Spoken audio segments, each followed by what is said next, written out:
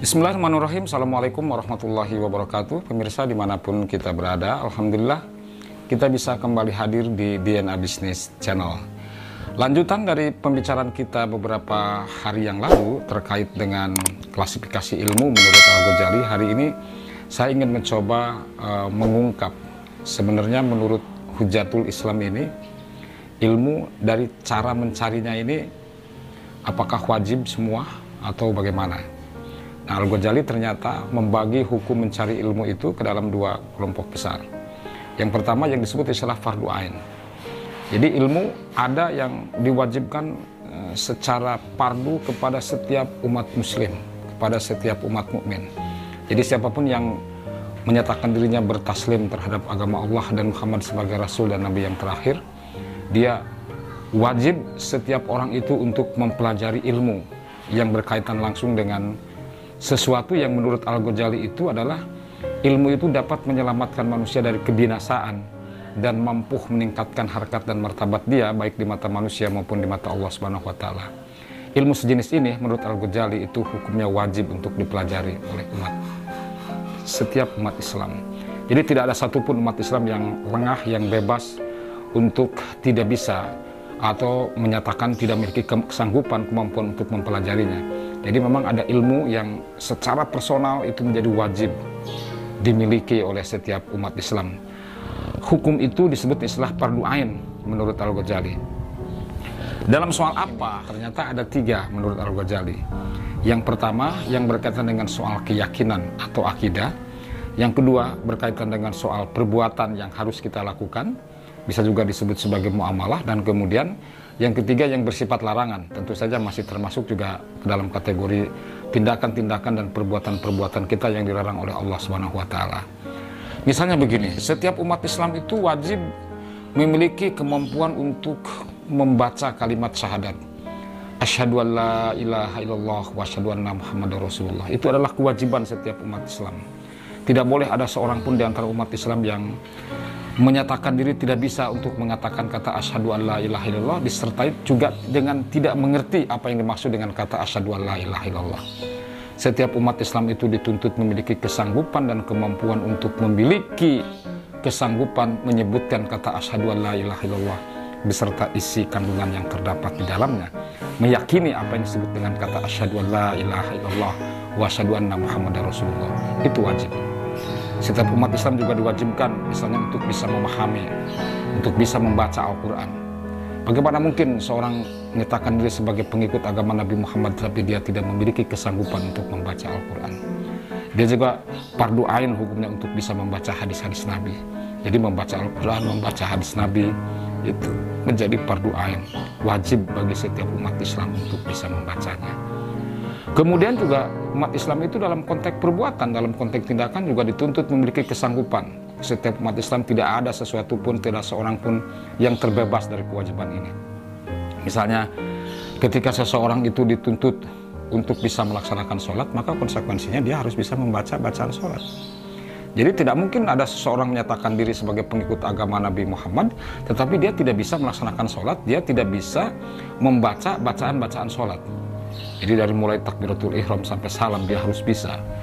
Dan sebelum sholat itu kan diharuskan setiap orang Islam itu syarat rukun wajib sholat itu juga harus dikuasai. Apa syarat seseorang bisa melaksanakan sholat, apa rukun sholat, apa yang bisa menyebabkan batal sholat, itu harus dikuasai. Dan sebelum sholat juga seorang muslim itu, seorang mukmin itu dituntut untuk bisa berwudu. Maka dia juga harus mengerti juga cara misalnya membersihkan diri, baik hadas kecil maupun hadas besar ya. Hadas kecil itu biasanya dengan cara berwudu, hadas besar biasanya mandi besar dengan karena dia junub misalnya atau lain sebagainya. Jadi itu termasuk dalam kategori perbuatan-perbuatan yang wajib setiap umat Islam memahami isi kandungan di dalamnya. Mengapa dia diperintahkan untuk melaksanakan sholat, mengapa dia diperintahkan untuk berwudu. Itu adalah tindakan-tindakan yang kita sebut sebagai muamalah atau perbuatan. Dan tentu saja umat Islam itu harus juga mengetahui apa-apa saja yang dilarang di dalam agama Islam. Jadi sesuatu yang dilarang, sesuatu yang diperintah itu harus dikuasai oleh umat Islam. Jadi tidak boleh misalnya ada umat Islam yang menyatakan diri saya tidak memiliki kesanggupan untuk bisa mengetahui untuk bisa memahami apa yang terdapat di dalam perintah dan larangan dari Allah Subhanahu wa taala. Nah, hal-hal yang begitu itu termasuk dalam kategori yang fardu ain gitu. Kemudian yang kedua, kata Imam Al-Ghazali, hukum mencari ilmu itu yang keduanya adalah fardu kifayah.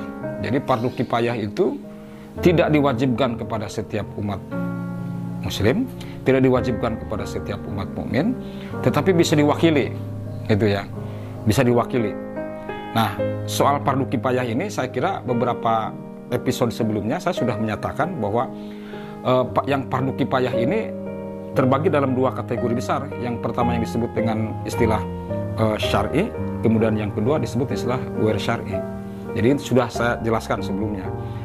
Tetapi yang jelas bahwa yang namanya lekat wajib kepada setiap umat Islam, tetapi dia bisa diwakili. Misalnya pada sebuah desa ya cukup menjadi ahli dalam bidang kedokteran itu satu orang saja. Ahli dalam bidang pertanian itu cukup seorang saja. Atau mungkin beberapa orang. Jadi tidak wajib pada setiap orang untuk ahli dalam bidang pertanian, untuk ahli dalam bidang dalam bidang kedokteran, untuk ahli dalam bidang konstruksi atau bangunan, insinyur dan lain-lain. Untuk menjadi ahli menjadi seorang koreografi misalnya gitu. Itu kifayah. Beberapa hari yang lalu sudah saya jelaskan yang kifayah itu ya ada yang syar'i, ada yang ghair syar'i gitu ya. Jadi itu yang bisa Anda baca di episode sebelumnya. Tetapi yang pasti bahwa menurut Imam Al-Ghazali, hukum mencari ilmu itu terbagi pada dua kelompok besar. Yang pertama yang disebut dengan fardu ain, kemudian yang kedua disebut istilah fardu kifayah. Pertanyaan berikut yang sering kali muncul. Lalu kalau misalnya orang menjadi ahli dalam bidang fikih, apakah itu menjadi fardu ain? Oh tidak, ternyata. Jadi profesor fikih itu cukup satu. Profesor satu atau beberapa orang lah. Jadi tidak semua orang harus menjadi profesor fikih, tidak semua orang harus menjadi ahli dalam bidang tafsir, tidak semua orang menjadi ahli dalam bidang usuluddin misalnya gitu ya. Tidak semua orang dituntut wajib menjadi seorang teolog misalnya gitu. Ahli dalam bidang teologi, ahli dalam bidang tafsir hadis, ahli dalam bidang keagamaan yang lain itu tidak lagi termasuk dalam kategori fardu ain, tetapi itu menjadi fardu kifayah. Dan saya kira kalau Anda memahami dan mendalami pikiran-pikiran Al-Ghazali yang selama ini seringkali salah dipahami dan salah ditafsirkan termasuk oleh para pengikutnya, kalau kita mencoba mendalami kembali ya misalnya dalam ikhtisarnya buku beliau yang sangat terkenal misalnya Ihya Ulumuddin, sama sekali dia bukan berarti mengabaikan apa yang disebut dengan istilah ilmu dunia dengan penempatannya sebagai fardu kifayah, tidak begitu. Sebab kalau kita mendalami lebih jauh, Al-Ghazali sendiri menyatakan bahwa ahli dalam bidang-bidang tertentu di bidang-bidang keagamaan juga menjadi kifayah, sama kifayahnya seperti seseorang menjadi dokter, seperti seseorang menjadi insinyur, seperti seseorang menjadi ekonom, seperti seseorang menjadi banker.